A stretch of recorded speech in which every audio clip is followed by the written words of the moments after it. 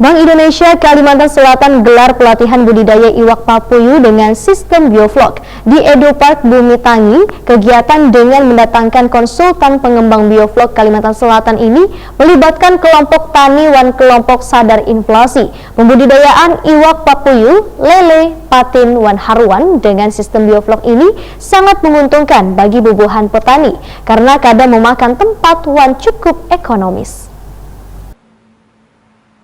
Bank Indonesia Kalimantan Selatan gelar pelatihan budidaya iwak papuyu dengan sistem bioflok di Edu-Park Bumi Tangi, Jalan Ayani, kilometer 23 Landasan Ulin, Banjarbaru, besokan Minggu 16 Februari 2020. Kegiatan dengan mendatangkan konsultan pengembang bioflok Kalimantan Selatan Hilmi Arifin ini melibatkan kelompok tani wan kelompok sadar inflasi. Teknologi yang baru dikembangkannya di Kalimantan Selatan sejak 2017 hanya menggunakan terpal yang diberi lingkaran berdiameter 2 meter sebagai penyangganya, kemudian diisi banyu dengan ketinggian sekitar 80 cm.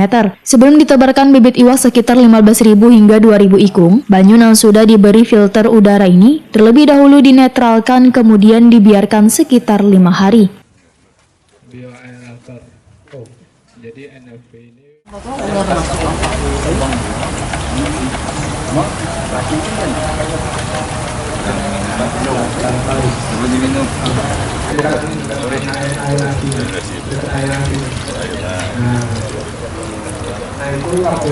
Tawalah bismillah. Buruk mana?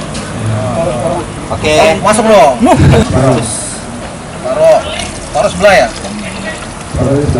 Baru saling. Halo.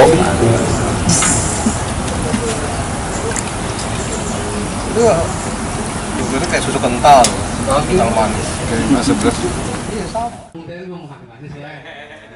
Konsultan pengembang bioflok Kalimantan Selatan Hilmi Arifin, Waritakuni Prima TV memadahkan, pembudidayaan iwak papuyu, lele, patin, wan haruan dengan sistem bioflok ini adalah yang pertama di Indonesia. Sistem ini sangat menguntungkan bagi bubuhan petani karena kadang memakan tempat, pemberian pakannya pun sangat ekonomis, bisa ditekan 30 hingga 40%, wan hemat banyu karena masih bisa digunakan untuk 2 kali panen. Iwak papuyu yang dipanen setelah 8 bulan pun memiliki bobot wan sangat bergizi. Menurut Hilmi Arifin, nilai jual iwak papuyu ini cukup bagus sehingga bisa mengangkat perekonomian. Apalagi iwak papuyu ini sangat diminati di Thailand, bahkan ada pengusaha yang siap menampung sebanyak 5 ton sabulannya untuk dikirim ke negeri Gajah Putih ini. Hilmi Arifin menyatakan, sudah ada 36 angkatan atau sekitar 2.300 orang yang dilatih untuk budidaya iwak banyu hambar dengan menggunakan sistem bioflok yang tersebar di Kalimantan Selatan hingga Kalimantan Tengah. Sekitar 70% sudah berhasil mengembangkan wan mendapatkan hasilnya, sedangkan sisanya setelah mengulang beberapa kali, akhirnya banyak yang berhasil.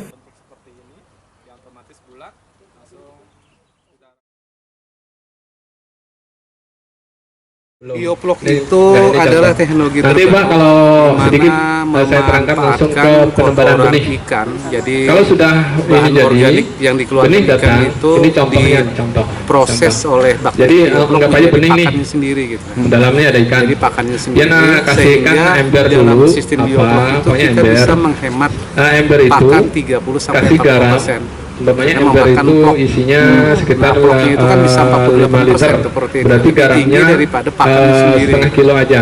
Dan keunggulannya terutama di garam, air ini ember, selama media itu tidak rusak bisa bertahan sampai 2 tahun.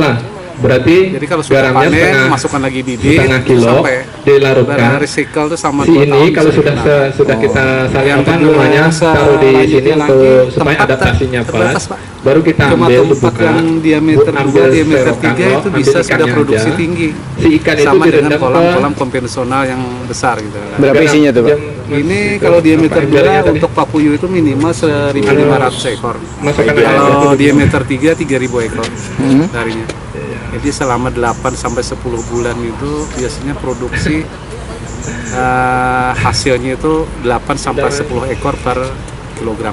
Oh, 8 sampai 10 ekor per kilogram. Rata-rata 4 jarian rata-rata itu. Dicabut Di satu kolam kalau diameter 3 itu produksinya 80 kilo sampai 150 kilo.